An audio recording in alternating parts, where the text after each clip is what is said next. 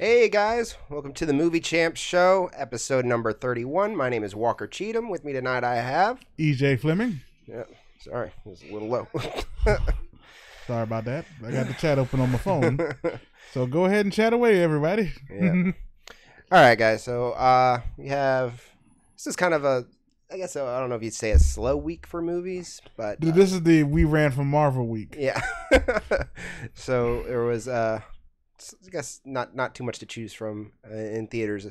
So we ended up seeing Tully, Overboard, and I went and finally watched Truth or Dare.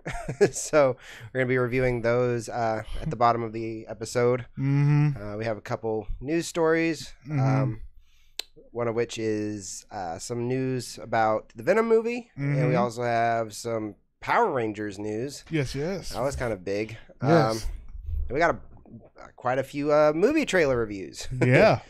Yep. So we're gonna go ahead and get this episode started. We don't All right. like to waste too much time here. No, we like to keep things zooming.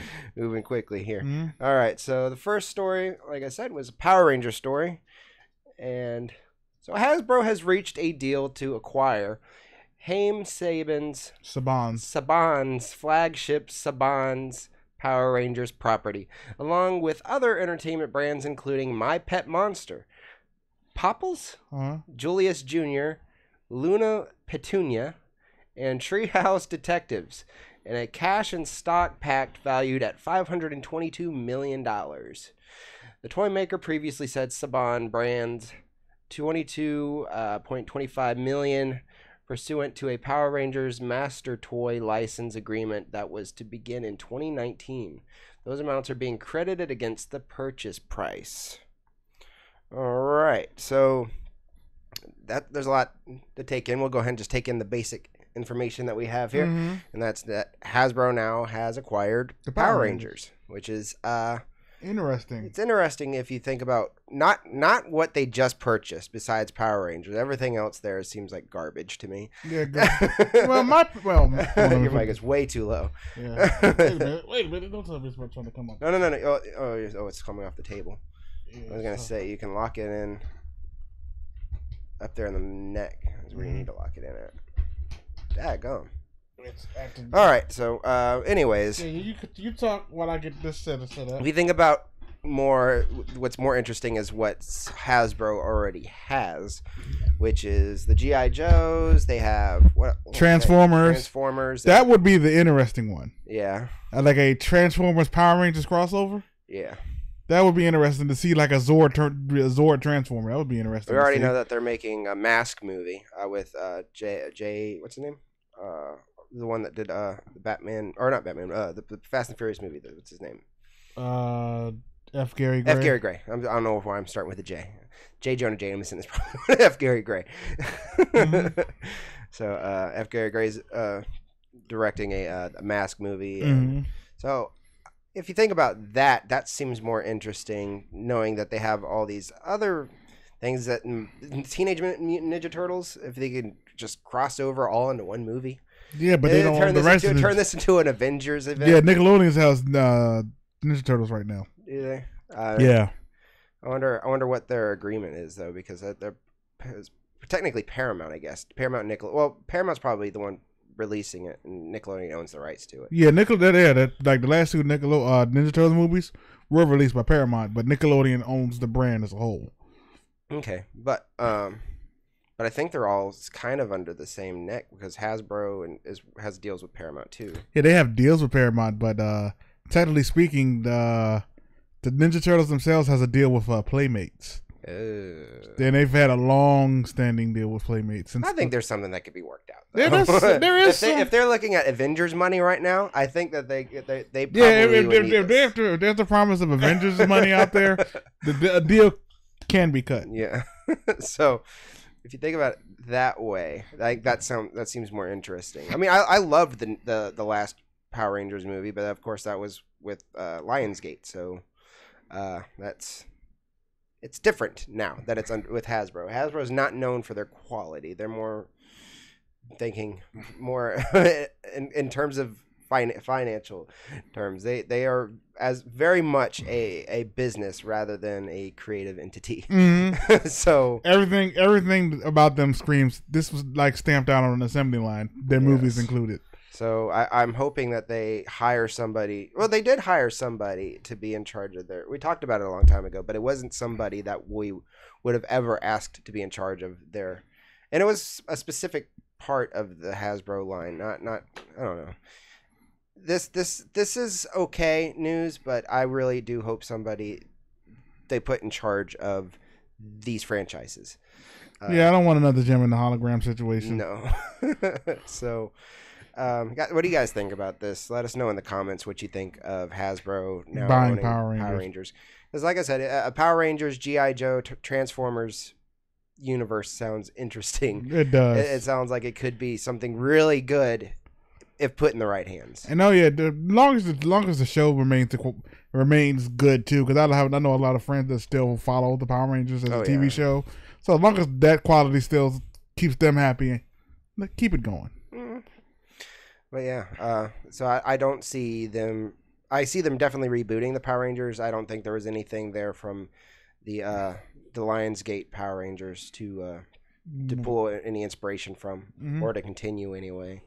Ooh, the dog making those nasty noises in the corner. Yeah, that's a reverse sneeze. He must have got something in his nose.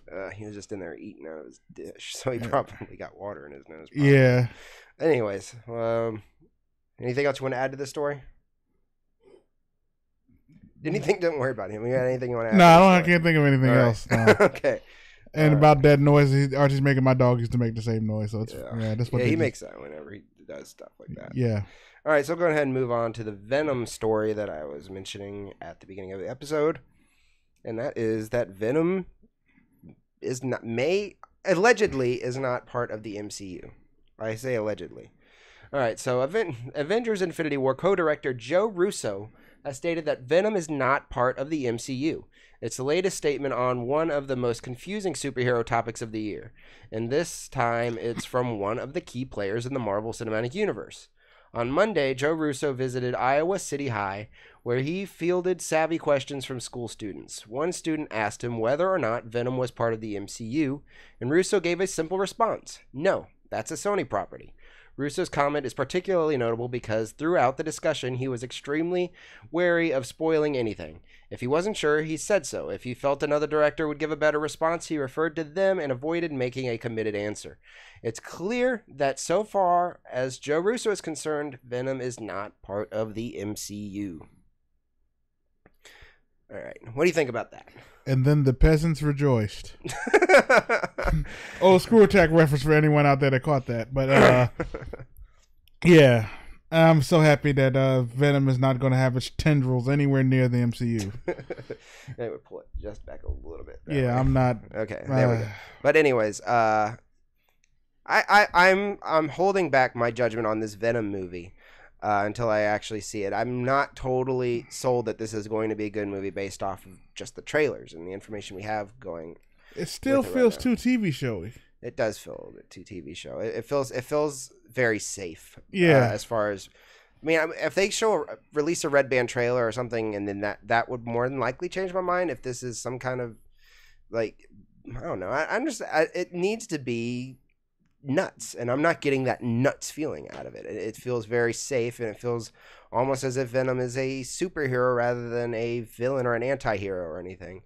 But like, there is that one part right at the end that shows a little bit of promise, but being that this is a Green Band trailer, you get no feel of you get a cut to a black screen and some screaming. Yeah. So we need to feel the terror, and I'm not feeling that terror yet. I just feel like he's Spider-Man. Yeah. He's just a dark Spider-Man. Yeah. No, but I'm not getting that sense that this is an alien creature and he may eat me. I'm not getting that. But yeah. So, but as far as it being attached to the MCU, I would trust Joe Russo more than any other director out there. Yeah. But he's not Kevin Feige. No. So, but he is as important as Kevin Feige is in if you look at it that way. And plus, the way Kevin Feige stared at Amy Pascal when she said that was a clear indicator that it wasn't right there. It's like, wait, it is? I don't remember saying that. I know Joe Russo has to be working very closely. He's almost he is as important as Kevin Feige is to this MCU. Very important. So I would trust him if he says that it's not part of the MCU. I would trust Joe Russo, but you can't. He's like I said, he's not Kevin Feige, but he's as close to Kevin Feige as anybody is, and that works as director for this. I just don't. I trust what he says more than anything, because like he said, he has some inside knowledge that we don't have. You're right. So, but yeah, as far as it not being attached to the MCU, that's fine. But I mean, we've already heard that somehow Peter Parker anyway, not Spider-Man, but Peter Parker is supposed to appear in this movie. So I don't know. So Tom Holland's Peter Parker is going to appear. Well, he shouldn't appear in this movie. He should not appear in this movie. That's all I'll say. He shouldn't appear in this movie. Depending on where the timeline is in this movie, he should not appear in the movie. Yeah. Depending on the timeline, he can appear. Yeah. So, yeah, I don't know. I don't know what Sony's thinking. I don't know. If this movie needs another trailer. It needs a Red Band trailer to further sell this. I'm gonna see it anyway, but that's just because I see these movies. It's what we do, and I would have seen it regardless of a trailer. But for me to really want to see this movie, as long as that Brisk is out there circulating the internet, man. Well, I thought I did look into this because Deadpool's on the big gulp right now. So yeah, but he's not exactly. And Brisk isn't necessarily targeted directly to kids. It's targeted to everybody, which is a little bit different than actually targeting directly to kids. Yeah, but see them going to Deadpool like that is Deadpool going to 7-Eleven makes sense because not too many kids go to 7-Eleven. Yeah. Well, Brisk used to have their whole brand was edgy. They used to have commercials not with cuss words in it, but they bleep cuss words in their commercials back in the day. Even back in the 90s, I remember there being Brisk commercials with them sort of walking that edge of being a very edgy drink company. So if anybody were to partner with an R-rated movie, I would see it being more Brisk than like Pepsi or Coke or something like that. But Brisk is a Pepsi product. Well, I know, but it's one of the offshoots. Specifically, yeah, it's an offshoot to the brand. I see what you're saying. Can.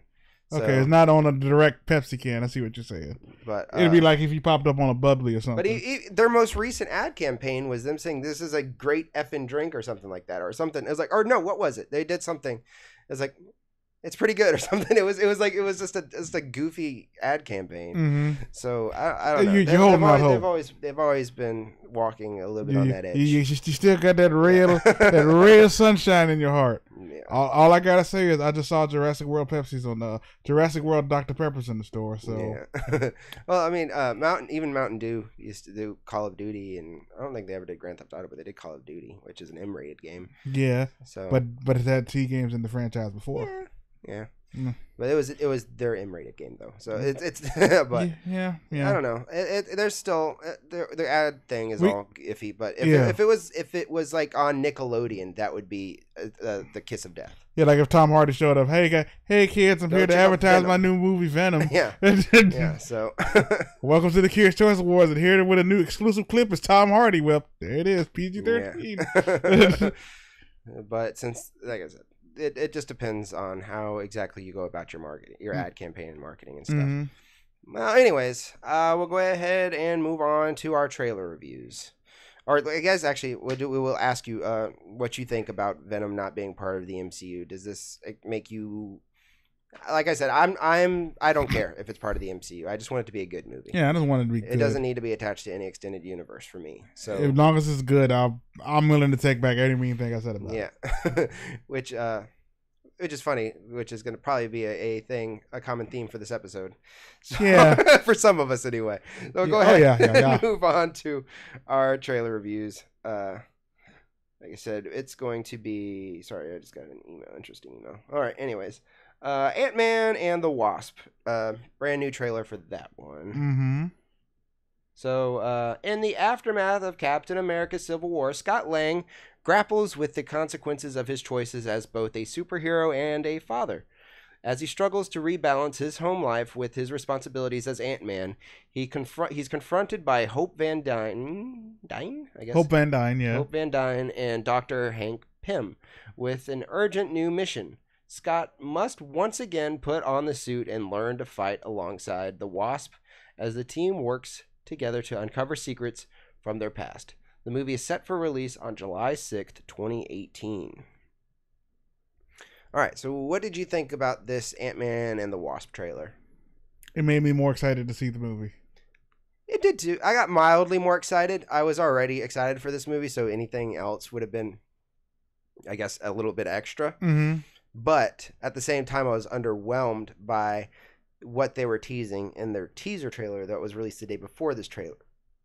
That we would have some answers about where Ant-Man was during. I mean, we knew where he was technically, but didn't know this. Well, they can't exactly show you where. They can't show you in this trailer. But the fact that they were teasing it so much in that teaser, that means none of that was answered in this trailer. None of it was answered in the trailer. That doesn't necessarily mean that it won't be answered in the movie. In the movie. You gotta take into consideration this trailer. With the time this trailer came out, Infinity War had just hit the screens. Yeah, it wasn't even. It was just after its full first weekend. Yeah. So they don't want to release a trailer full of spoilers so close to the end of this movie. You don't want to do that. You don't want to be like, well, what's the point of seeing this? What's the point of seeing Infinity War if I know X happened? Yeah. And now Ant-Man has to clean it up. Is in the cleanup aftermath before 4. Yeah. But if this is somewhat in that same timeline, which I feel like it should be. It should be in that same timeline. Mm-hmm. I feel like at least to hint at it for the people that did see the movie. Oh, yeah, they probably will at some point. They left almost no hints where he was in this trailer. Yeah, that's a good thing. It's a good thing. It's a good thing, but don't put a teaser out saying that we might get some answers to that in this trailer. Because technically we didn't. But maybe it's just giving us, the people that did see the movie, Infinity War, a little bit of, hey, there's going to be something for more in this. There's going to be explained further in the movie, but here's the trailer with it. Yeah. Here's some trailer with some cool stuff. But they did give you some storyline exposition, even in a crazy place. Yeah. Like the ant playing the drum. Oh, yeah. Yeah. Did you notice that on one of his legs is the ankle monitor? No, I did not. That's the reason why he's wearing the ankle monitor, because he's supposed to be. Remember, Scott's under house arrest. Right. So if the ant stays at home, it reads that Scott's at home. Yeah. So that's That's pretty funny. So even though that ant is playing the drums in a really weird, like, how are they teaching an ant how to play the drum scene? Right. It still serves a point that he's at home. Yeah. He's being Scott at home. Yeah, I like the part with him using the back of a truck as like a scooter, an e-scooter or something like that. That was pretty funny too. But yeah, there's some really cool visuals in here, and then you also got a little bit hint of what the story's going to be about. Mm-hmm. We got a little hint of Goliath. Yeah, and what are this realm that they're going into? It's called the Quantum Realm in the movie, but in the comic books it's called the Microverse. Where it's pretty much like a whole universe that the human eye can't see. That's pretty awesome. Yeah, like other characters have been there before, but the reason why they call it the Quantum Realm in this movie, because the term microverse first appeared in the Fantastic Four book. Mm-hmm. Oh, and we get to see Lawrence Fishburne is what part his character is going to be in this movie, which is pretty cool. Like I said, the Goliath tease. Yeah, but I thought that scene was kind of funny too, with them arguing about the measuring not arguing, but the measuring contest, as it were. Yeah, about how large they had been. Yeah, phrasing, boom. Yeah, but so yeah, this definitely shows that this is going to be another very funny. Well, I say very funny, but I didn't really. What's the his friend's character's name? Luis. I didn't think he was. Yeah, by Michael Pena. I thought he was a little. I didn't like his joke in this thing. about them, him talking about, "Yeah, we robbed you." I thought they were like, he was just killing that joke. I didn't like it at all. Yeah, well, you gotta, but they can't show all his best stuff in the trailer. Well, I'm hoping that he's better than that, because it just seemed like they were just taking the joke that he did in the first Ant-Man, and then just bringing it to the ground in this one, which can happen in a lot of these comedies. They like people loved that joke. Let's do that again here. Mm-hmm. So I didn't feel like it worked so much in this one, but I don't know if he tones it down just a little bit and that joke lands in the movie. Mm-hmm. That's the worst part about comedy trailers. That some of the jokes out of context just don't work. Yeah. That's another. Yeah, we'll go ahead. So that's another thing that we'll probably run into later. Yeah. Hint. All right. So the next one is the Teen Titans Go to the Movies trailer. Good Lord. Okay, it seems to the teens that all the major superheroes out there are starring in their own movies. Everyone but the Teen Titans, that is. But de facto leader Robin is determined to remedy the situation and be seen as a star instead of a sidekick. If only they could get the hottest Hollywood film director to notice them. With a few madcap ideas and a song in their heart, the Teen Titans head to Tinseltown, certain to pull off their dream. But when the group is radically misdirected by a seriously supervillain and his maniacal plan to take over the Earth, things really go awry. The team finds their friendship and their fighting spirit failing, putting the very fate of the Teen Titans themselves on the line. The movie is set for release on July 27th, 2018. Okay, so what did you think about this Teen Titans Go to the Movies trailer? I guess after all the shots and all the failures that all their other movies have had, not necessarily like they didn't make like the Marvel money, but they still made good money, but the marketing and everything offset all of it.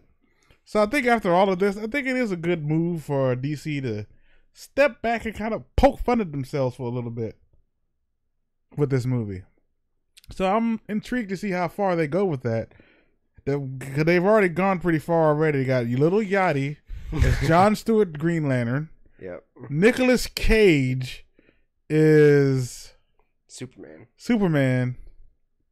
And Jimmy Kimmel's Batman. Jimmy Kimmel's Batman. And David Arnett is Will Arnett. Will Arnett. Will Arnett is Slade / Deathstroke. Yeah. And Halsey is Wonder Woman. Yeah, that's what I was thinking. Thank you. Halsey is Wonder Woman. Mm-hmm. So yeah, this is a very unique voice cast for a movie.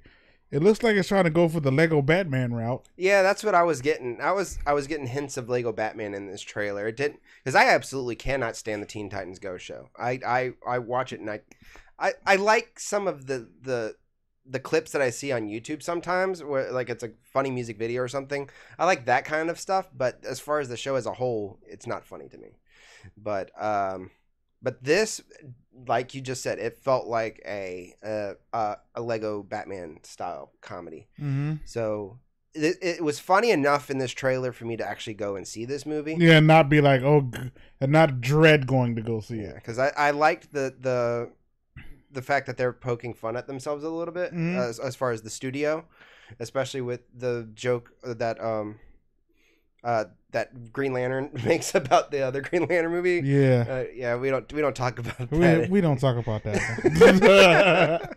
I thought that was pretty funny. Yeah. And, the Deadpool joke with Slade Wilson. Yeah.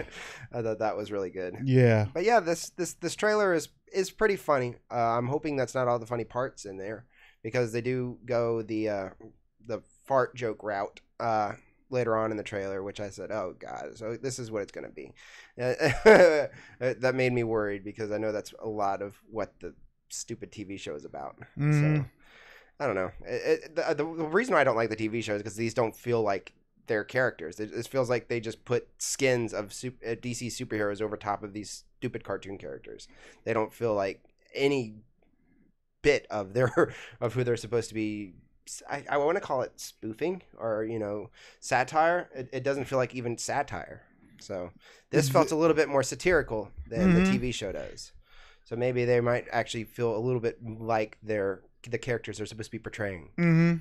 So I'm intrigued to see it. I really don't watch much of the show, not only because I don't want to.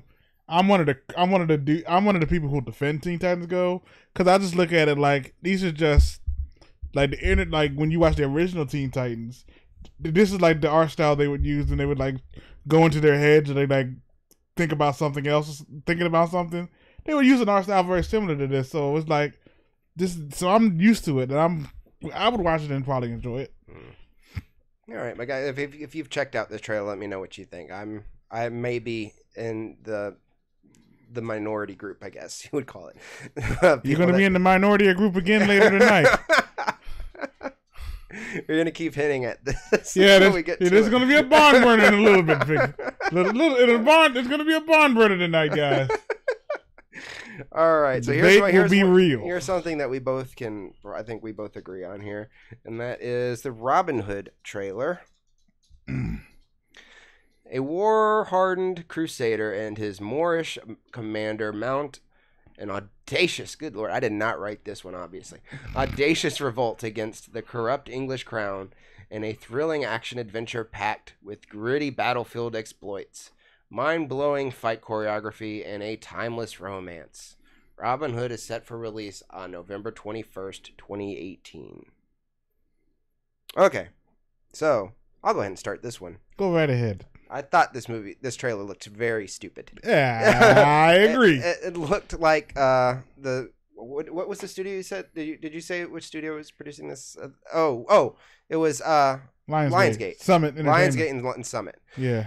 Producing this one, and it felt so much like they were just stealing ideas from Guy Ritchie. Yeah. When he did the King Arthur movie. It looked so much like everything you've seen in there. Every single action sequence is in slow motion. It just looks really bad. It doesn't. I was really excited when I heard about this movie. They gave Taron Egerton a semi-automatic bow and arrow. Yeah, I've only seen Hawkeye fire faster, and he's a Marvel character.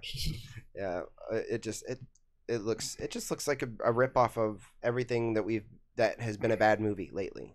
So yeah, it looks like they learned no lesson from the Legend of Hercules. Yeah, Legends of Hercules. It looks like Legends of Hercules. It looks like the King Arthur movie. It looks like what was that? Assassin's Creed. Yeah, Assassin's Creed. That's what the other one I was thinking of. It just looks like all of those bad movies. Is it like just look at the last 5 bad fantasy action adventure movies? Yeah.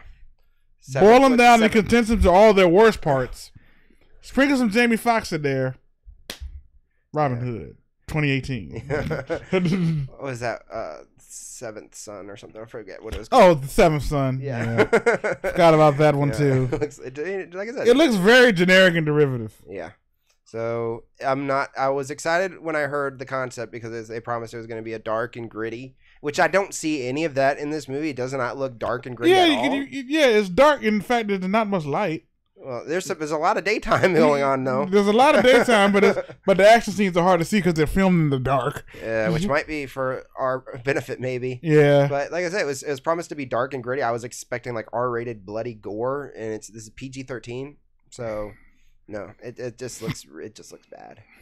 So what was the one that we The Knight's Tale? Mm-hmm. We said all these movies seem like they're trying to be A Knight's Tale. Be the next A Knight's Tale with this whole hodgepodge of contemporary music mixed in. Contemporary ideas mixed in a medieval setting. Yeah. Like his armor was basically Nike. That the crowd was basically performing Queen songs and stuff. Yeah. It was a cool idea because they executed it with a sense of style without betraying the story they were telling. Right. This one feels like, how do we basically make John Wick medieval? That might actually have been cool, but this doesn't feel like like that at all. That didn't feel like that, but that was the idea. They're like, we need to make kind of the same kind of frenetic action as a John Wick movie, but with a bow and arrow. Yeah. It's this like almost like someone who did not know how to make a Hawkeye movie made a Hawkeye movie. It's got a good director though, sort of. I mean, this is his first like big movie, but he's directed episode of Peaky Blinders and Black Mirror. I don't know which episode of Black Mirror though. That could change my mind. Yeah. On what episode that is. Depending on the episode, that could be like, oh, that was your fault. There's some stinkers in there, so I don't know what episode it is. I'll have to look at that another time. But Peaky Blinders is a good show, so I don't know. You might have directed a bad episode of that too. Good point. So yeah, I don't know anything about the director. Then Otto Bathurst, I guess, or Bathurst, or I don't know. It's Bath. Bathurst, probably. Whatever. It doesn't look good. Whatever. It doesn't look good. So I mean, we are always willing to give somebody a chance. We always give somebody a chance, but we're also willing to apologize if we were wrong about something. But if your marketing is bad, its marketing's bad. Yeah. So this isn't the first time we're going to mention that either. So. Oh. maybe. All right. So that's it for our trailer reviews and our movie news stories. We are now to the part that is our favorite part of the show, which is the movie reviews. All right. And for the first movie review, Tully. The film is about Marlo, a mother of 3, including a newborn, who is gifted a night nanny by her brother. Hesitant to the extravagance at first, Marlo comes to form a unique bond with the thoughtful, surprising, and sometimes challenging young nanny named Tully. All right, so I was the one that saw this one. You wanted to see it, but you didn't have time to end up going to go see it, which happens. It's fine. But I was hesitant about seeing it at first because I was a huge Jason Reitman when he was starting out. I loved Juno. Up in the Air is still one of my favorite movies of all time. I watch that all the time. And then there were movies like Labor Day. I wasn't a huge fan of Young Adult. I thought it was a good movie, but it just wasn't for me. It was one of those movies that just wasn't for me. But Labor Day was not for anybody. That was a terrible movie. And there's another one that he did. I don't remember. But like I said, I was a huge fan of his at first, but there was 3 strikes, and I can't remember what the 3rd strike was. And I was like, I'm done with Jason Reitman. Young Adult? Well, I guess Young Adult was one of those then. It must have been. So Young Adult, Labor Day, and there's something else though. So fathers, mothers, and daughters. I don't remember what it's called, but it had Adam Sandler in it.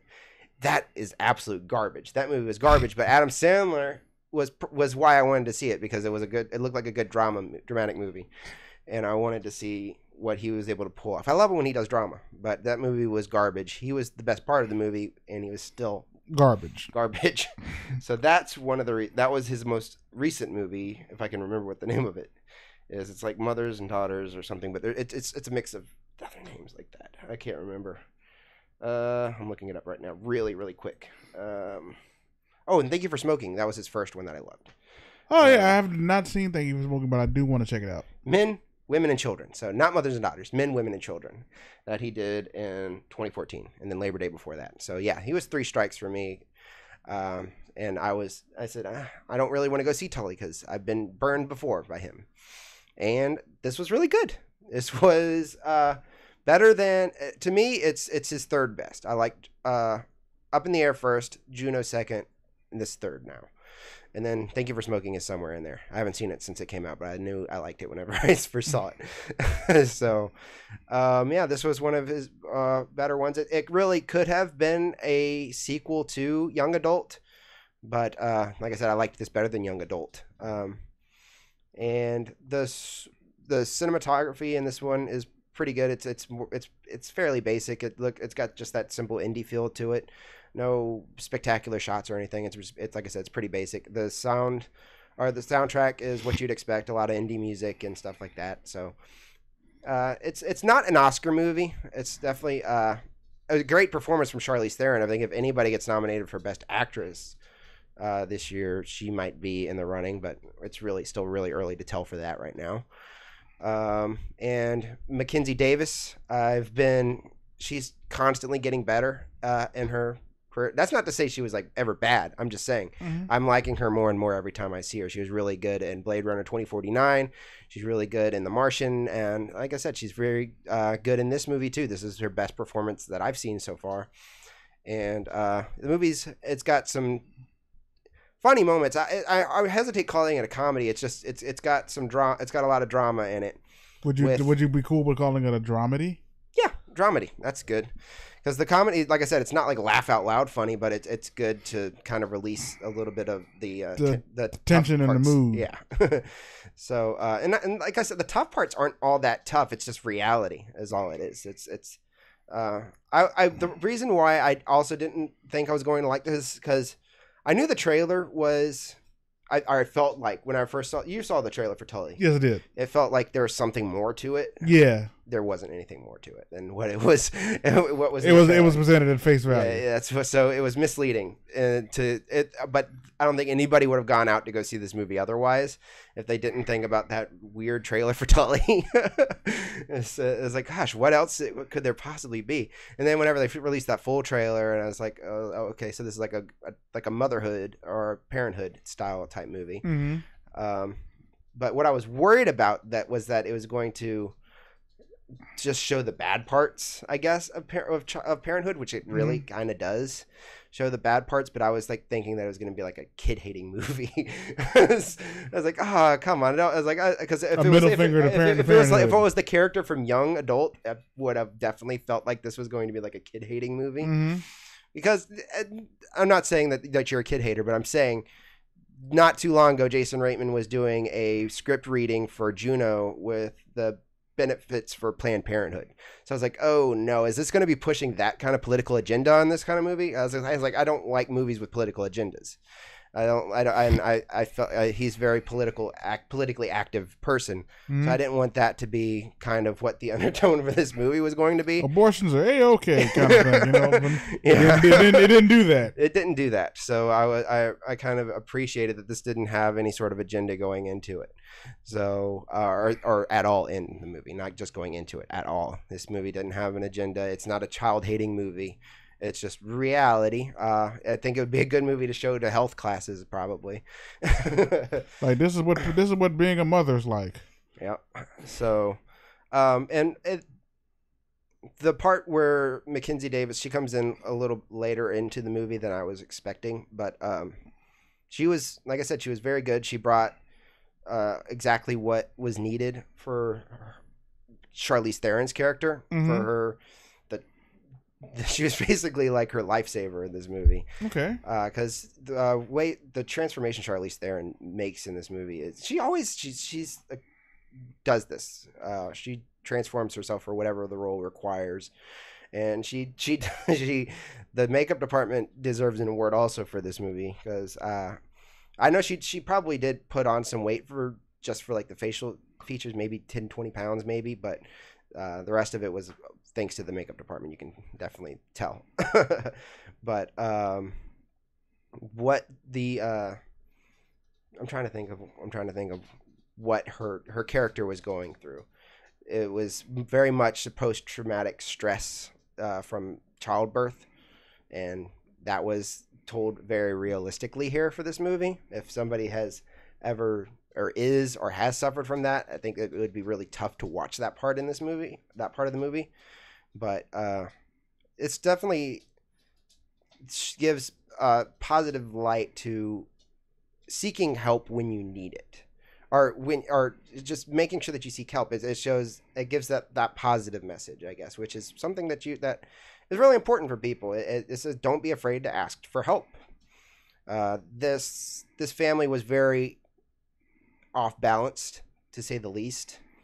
You see the parts in the movie where the dad looks like he's helping. He looks like he's helping, but he's not helping, and that's very, very interesting way to portray it in the movie. And you see him like helping with homework or something like that, but overall he's not doing enough. So, and it's not shaming him for it. It's shedding light to that. He obviously goes through the understanding that he was not helping in the ways he should have been helping, which is really cool. It's really interesting. I know a lot of people that can relate with this kind of story where somebody feels like they're doing some help, but they're not. But it's not to shame you for not doing it. It's just not knowing the stuff that you need to be helping with. Mm-hmm. So this movie brings new light to that, which is really good. It's a very good movie for young parents, older parents, as anybody that might be going through a situation where they need they just need that help. that help. So for that, I'm gonna give the movie a positive review. I'm gonna give it 9 out of 10. All right. So definitely right in line with Tully. other things I've heard. Yeah. So check out Tully. It's a very important movie, and it's kind of funny. It's lighthearted, and like I said, it can be a tough watch for some people, but for the most part, it's a very important movie. All right, so we're going to move on to our next movie, and it's one that we both watched. Overboard. I'll let you read this summary for this one. Kate is a single working-class mother of 3 who's hired to clean a luxury yacht. Read it like you're supposed to, not like you feel. Kate is a single working-class mother of 3 who's hired to clean a luxury yacht who belongs to Leonardo, a selfish, spoiled, and wealthy Mexican playboy. After unjustly firing Kate, Leonardo falls off the boat and wakes up with no memory of who he is. To get payback, Kate shows up at the hospital and convinces the confused amnesiac that they're married. As Leonardo tries to get used to manual labor to his new family, Kate starts to wonder how long can she keep fooling her fake husband. All right. Oh, and by the way, hello, Night Hippie. She said hello out there. All right, so review for Overboard. So I wanted to start off this review by saying that this movie suffered from very bad marketing. Although it did hit its target audience very well. I've heard from multiple people that this movie did very well in the Latino communities. And but as far as the trailers go, as far as U.S. audiences, I think it was very poorly received. I definitely did not like it from the trailer. I thought this movie was going to be absolute dumpster fire. And I ended up being pleasantly surprised. I connected to it the way that I felt like I was supposed to. I did. I connected to this movie like I thought I was supposed to. I laughed at some of the funny parts. There's not a lot of funny parts, surprisingly, but there are quite a few, I guess. It's not a laugh out loud riot, but there were some funny parts in it, and I thought they were funny. There were some sad parts in it, and I felt sad. I mean, like I said, I connected to it emotionally like I was supposed to. And I thought that I really did not know how I was going to like Eugenio Derbez. I think that's how I forget. Eugenio Derbez. Derbez. I didn't think I was going to like him. I didn't know this until doing a little bit of research that he was somebody that's very, very huge in the Latino community. They go out in droves to go see his movies. I know he did one last year that I did not see, but I know that it did very well in the box office, called How to Be a Latin Lover. It did very well in the box office, and I think a lot of critics even liked it too. But like I said, I didn't like it from the trailers, and I never bothered to go see it, but now I might go see it. But he was very good for me. He was very good in this movie. I thought this movie had a lot of heart, and I really liked the scenes with him because, like I said, the movie's very 80s-esque. It's got that story that should not work nowadays, and it didn't technically. It just should not work from today's storytelling standards. But for what it was, I liked it, and like I said, I thought that the scenes with him trying to connect with this family that he didn't think that he ever had, that he didn't have, but he trying to build a relationship with everybody, and then them liking him and him liking them. I thought that worked. And yeah, should I spoil the movie? I don't know. Spoiler alert. What's the spoil? Spoiler alert. If you already have, you should already know that this is coming anyway. If you've seen the original Overboard, you know this is coming. He finds out that they're not his family. That part gutted me. I thought that was so sad, that the way that he felt about him finding out that was not his actual family after building this relationship and them building the relationship with them. I thought that was hard to watch. And I thought the acting in here, I think that Anna Faris was perfectly casted for this movie because she has that 80s throwback style in her comedy. Her has always been really throwback, and I think she was the only person that could have been cast for this movie for that role. But even though she did not have much to work with in this movie, but the part that did not work was their chemistry as a romantic couple. That one did not really work at all. But that wasn't the most important part of the story. It was the part of him connecting with her daughters and stuff. And I think if that wasn't there, this movie would have definitely been a dumpster fire for me. All right, so I talked enough. What did you think? Now, here we go. All right.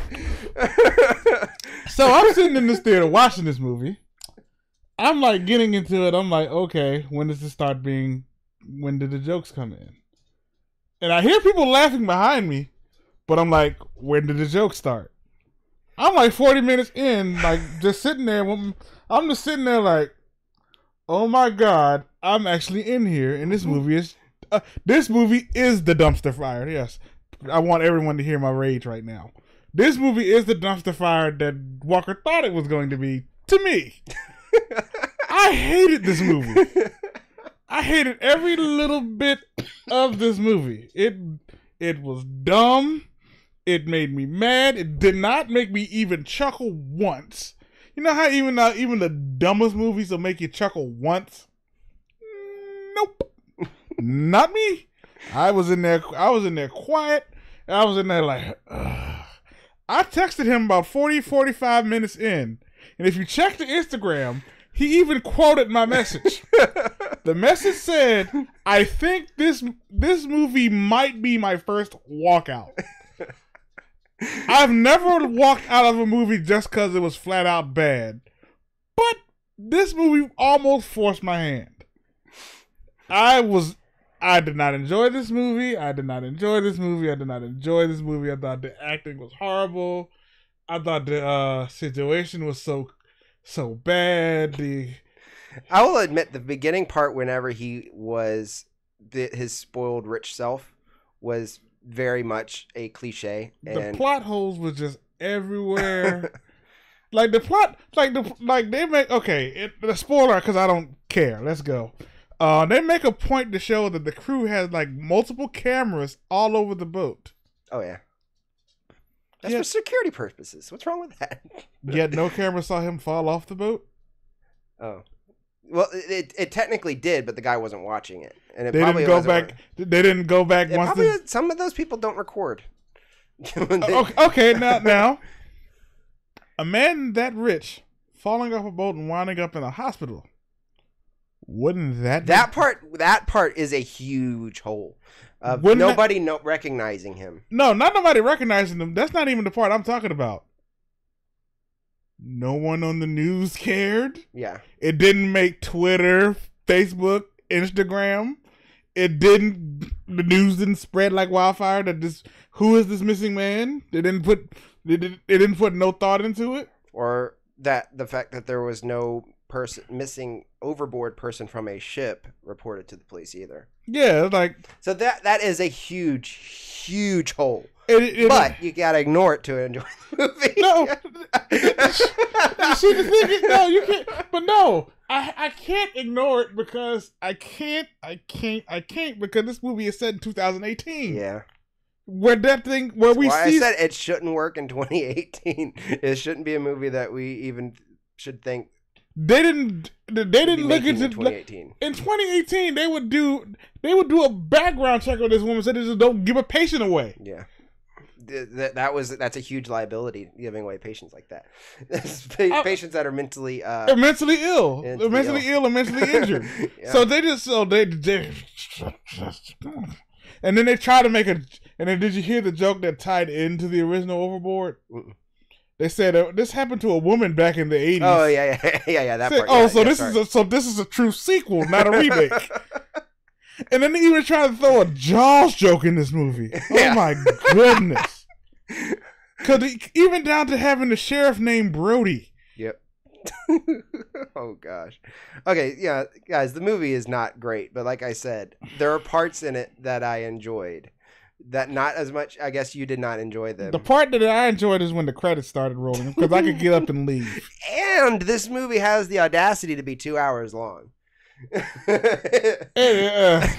One of the things why I went that moved my hand towards going to see Tully at first was that fact that this movie wasn't 80 minutes long. This movie was 120 minutes long, which is really, I mean, and one of the subplots is very idiotic. What's that? The subplot was the urn. Oh yeah. Like you could just show smells like beef. Smell like beef. No one really does a. They just accept her word for it. Yeah. There's no forensic evidence. Yeah, it did not work.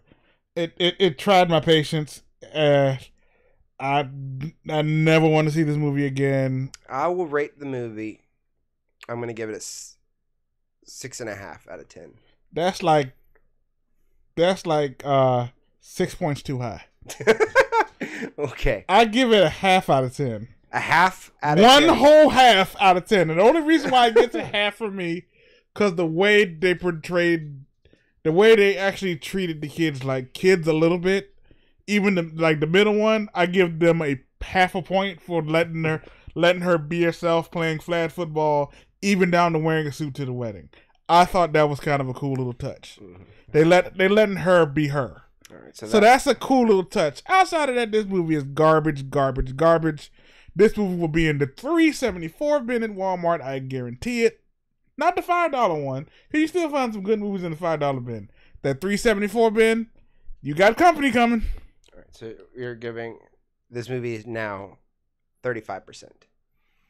That's our score. Yeah, 35%. That's accurate because that. So 3.5 out of 10. If you do hard. Because as I was getting ready to watch this movie, I'm like, okay. I'm sitting there. I'm like, okay. This is the startup. This is the build. And then I looked at my watch, and I was 40 minutes in. I'm past the building point. The movie's supposed to be doing things now, and it's not for me. Now I'm just sitting there irritated, like you just wasted 40 minutes of my time. And I was about to get up and leave, but then I said, nope, I will not let this movie beat me. And I survived it. Half out of 10. All right, guys. Did you guys? I don't go out and pay to go see it, but definitely give it a chance. As if obviously, I believe that there's redeemable qualities in this movie. You do not agree. So only reason why I didn't give it a 0 because, like I said, the kids saved it from a flat 0. The kids did save this movie. That was my point also, was that the kids saved this movie. If this was based solely on this being a romantic movie, it would have failed epically. Yeah, that's as a romantic comedy. It did. But the family stuff got me, and that's where I connected the most with this movie. See. I see what kind of dude you are. Like, if it has a nice little family hook, you get got. Yeah. I'm not that dude. I review it as it is, and I didn't see a good movie today. I left. I was angry. I was leaving the theater, and I heard Black Panther in another theater. I was mad because I could have saw that. I would have rather saw that, Tully, Isle of Dawn. I would have rather saw anything today. I would have rather watched two pigeons fight in the street than this movie. I would rather go outside and watch two pigeons fight in the street than watch Overboard again at all. All right. Okay. So, guys, if you've seen Overboard, let us know what you think. Are you going to go see it based off of this review? Probably not. But, anyways, we'll go ahead and move on to our next review. And our last one, anyway. Yeah. And that is Truth or Dare. Why does that woman in the back look like she just cut a really nasty fart? Come on. I just trashed another movie about making that kind of joke. All right. Anyways, Olivia, Lucas, and a group of their college friends travel to Mexico for one last getaway before graduation. While there, a stranger convinces one of the students to play a seemingly harmless game of Truth or Dare with the others. Once the game starts, it awakens something evil, a demon, which forces the friends to share dark secrets and confront their deepest fears. The rules are simple but wicked. Tell the truth or die. Do the dare or die. And if you stop playing, you die. All right. So I was the one that had to see this one. So this is your Overboard tonight. All right. I am not kidding when I say that this is likely to be the worst movie of 2018. Yeah, Overboard got some strong competition this year. Right now it's between Overboard and what it seems to be Truth or Dare. Okay. Now, probably the difference between the two of these is that this movie actually has a pretty good concept going for it, which with this Truth or Dare game. The biggest issue is that was horribly written. This is some of the worst dialogue I've heard from any mainstream movie in a long time. It's also it's filled with cliches. And also it's the definition of a bad PG-13 movie. If this movie had gone full R, it probably would have benefited. But for some reason they chose PG-13 thinking that it was going to do better for the box office, which it did not. This movie bombed in the box office and it shouldn't. Did it though? It did. It did very bad in the box office. Very poorly. Let me look at that while you keep talking. Okay, about I'm making assumptions, maybe. Yeah, you gotta remember. This movie was probably made on the same budget as a bunch of paper plates and paper towels in Walmart. So it probably didn't need a lot of money to make a lot of money. Yeah. But the biggest problem I had, or not the biggest problem, one of the biggest problems I had with this movie was the bad decisions are all over this movie, particularly with the fact that once everybody realizes what's going on here. Yeah, this movie was a hit, man. Kill me. What did it do? It made, the budget is $3.5 million. Okay, what did it make? And worldwide, it made $49 million. It made 16 times its budget. All right, so I was wrong. Maybe there's probably going to be a sequel. Oh, no doubt. No doubt. I had no clue that it made that much money. It was a Blumhouse movie. You know it made money even if it sucked. Okay, guys. All right, so the movie made money. So that's the worst part about this movie. We might be subjected to another one. It might turn out to be Ouija Origin of Evil. It could be. But this was not as bad as Ouija was. Oh. I mean, no, this is worse than Ouija was. Sorry, this was worse than Ouija. All right, so I'm sorry, man. I'm sorry. I should have took that bullet with you, man. Yeah, this is one of those movies that's so bad that you want to watch it with a group of people, though. So it's one of those. So so this is one of those movies that you would probably buy cheap on Blu-ray. Yeah. And then I'll come over and we'll do like a review, watching, trash talking kind of movie. Yes, that kind of movie. Oh, okay, that sounds fun. But anyways, to get to the point of the bad decision, the worst bad decision in this movie was the fact that once everybody realizes what's going on with this, that if like how the game's working right now, if you don't play you die and all that stuff, they realize the rules of the game, and still whenever somebody says something with their truth that offends them, they have to storm off whenever they know that it benefits them to stay together. Because you know why that is? Why? It wouldn't make the movie at least an hour and a half if they didn't. It's true. It's true. If they said, "I understand why you said that.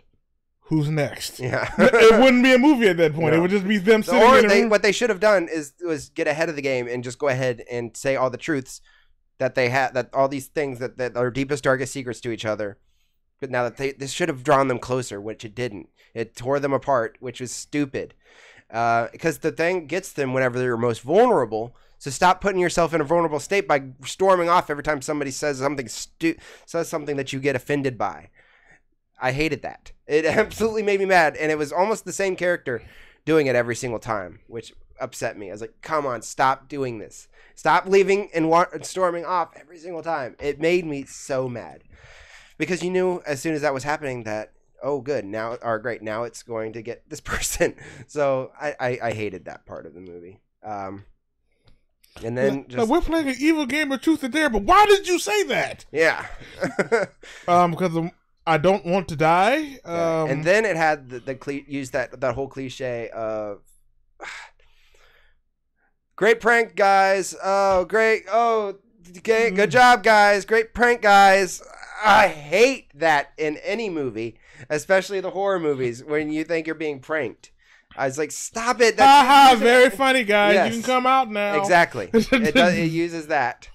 Or the guy that does that dies because he never believed it with all the evidence in the world in front of him. He still refused to believe it and ends up dying. The dumb skeptic. Yes. I just watched this person refuse to play and then instantly break their neck in a freak accident and die instantly. But I think this game is all in their heads. Yeah. Truth or dare? I ain't gonna play. Yeah. Well, then that's what you get. You dummy. Yep. And then the other part is just the fact that even though this is supposed to be a very close group of friends, whenever they all go down the list of people that are dying, they don't care. They don't care that one of their best friends just died. Like in the very first one that died is the one that you see in the trailer, the pool table guy, with him falling off the pool table and breaking his neck. None of them were there in the room whenever that happened, but somebody got it all in video, and the video goes viral, and some of them gets linked to the video. And first off, they don't. Some of them already know that what's going on is this curse, and they're trying to convince the other ones, and they're watching the video, still not convinced by the curse, and they're just rewatching the video of one of their friends falling and breaking their neck, and they're just laughing like they're watching a cat video on YouTube. That's their reaction to it. So it might be best that they do get wiped off the face of the earth then.